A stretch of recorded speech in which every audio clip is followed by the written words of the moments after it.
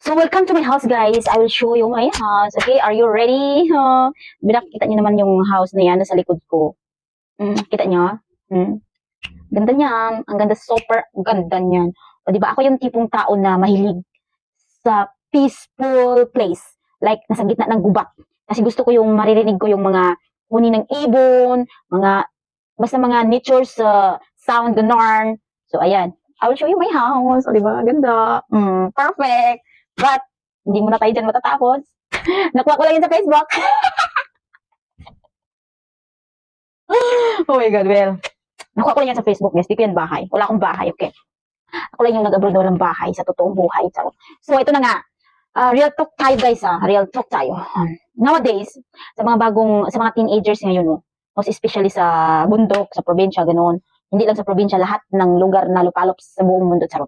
Lahat, saan mang lupalop sa mundo. Yung mga teenagers ngayon, nakakatikim lang sila ng pinagbabawal na masarap na pagkain sa katawan. Ibisaya na lang ako ni. Nakakatikim lang sila ng langit ng himaya. Mag-aasawa na kaagad. Kasi parang takot maubusan ng tapos yung mga lalaki, takot din maubusan ng di ba? Takot sila maubusan ng bilat at saka titi ang ina nila.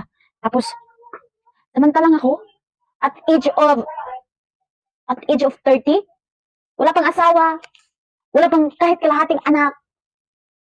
Diyos ko, Lord, pwede naman kayo magtikim. Huwag lang mag-asawa agad. Tapos yun yung pag-aral ninyo. Pwede naman kayo mag-aral na magjuwa kayo, huwag lang magbuntis, gano'n. No? Saka alam nyo, lalo yung mga pamangkin ko, no?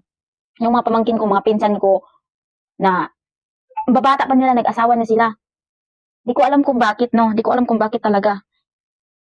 Advice ko lang sa inyo, hindi nyo pa ngayon ma-realize na bakit kayo nag-asawa ng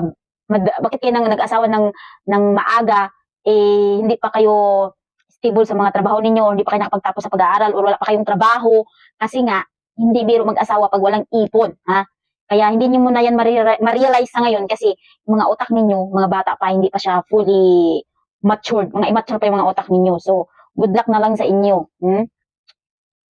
Hindi kayo, tularan nyo ako, wala pang asawa, magdalagang laon na lang. Wala pa akong asawa, wala pang kahit kalahating anak, wala pa. Diyos ko, ginoo ko.